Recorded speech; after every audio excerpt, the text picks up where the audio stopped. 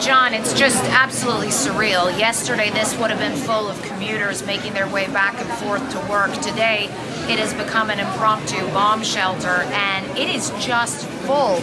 We arrived here about 15, 20 minutes ago. We were outside, and then we heard a series of thuds and saw people start to pour in here, and I think you can get a sense of just how many people are taking shelter here right now.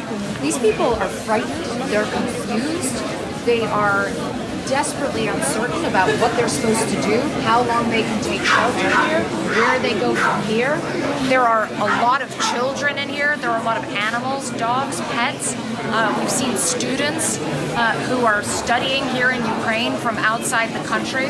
I talked to a woman upstairs who was crying because of her just sense of panic and fear and desperation, not knowing where they can go and what they can do. I interviewed also a young man called Vladimir who speaks perfect English.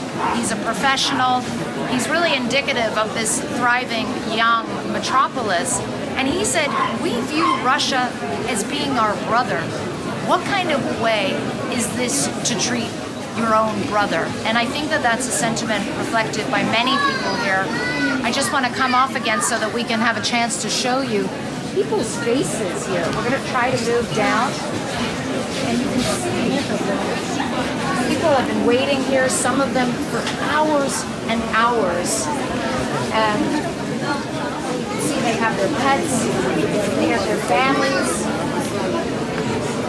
And there's just no sense of what happens next.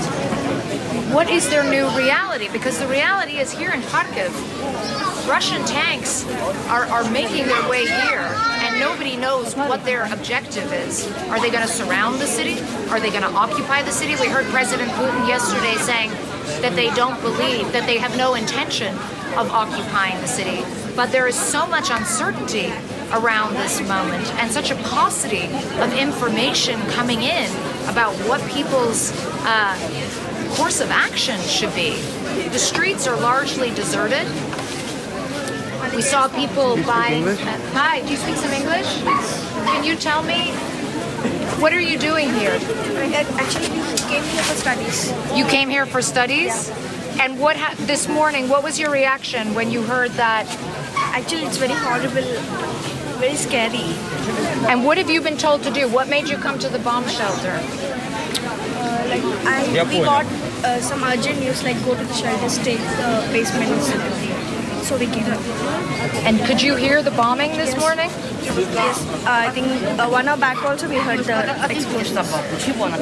I'll let you go, sorry. It's very crowded and a little bit chaotic down here, as you can imagine. You can hear the sounds of people's dogs barking. There's a lot of children. I don't know, Brent, if you just want to see over here. All schools in Kharkiv are closed today. And people have brought their children here for safety. They've got some snacks. They put some blankets on the floor. But how long can people stay here without any sense of what's going to happen to their lives? Where do they go from here? What is the new reality going to be? That's a question, John and Brianna, that we just don't know yet. And Clarissa, I think it's so important for people to remember as you're looking at all those faces in there. These are people. These are human beings right now. Yes, I can hear you, Clarissa. I hope you can stay with me. These are the victims right now of an unprovoked attack. An unprovoked attack from Russia. And when you see scenes like this in the subway,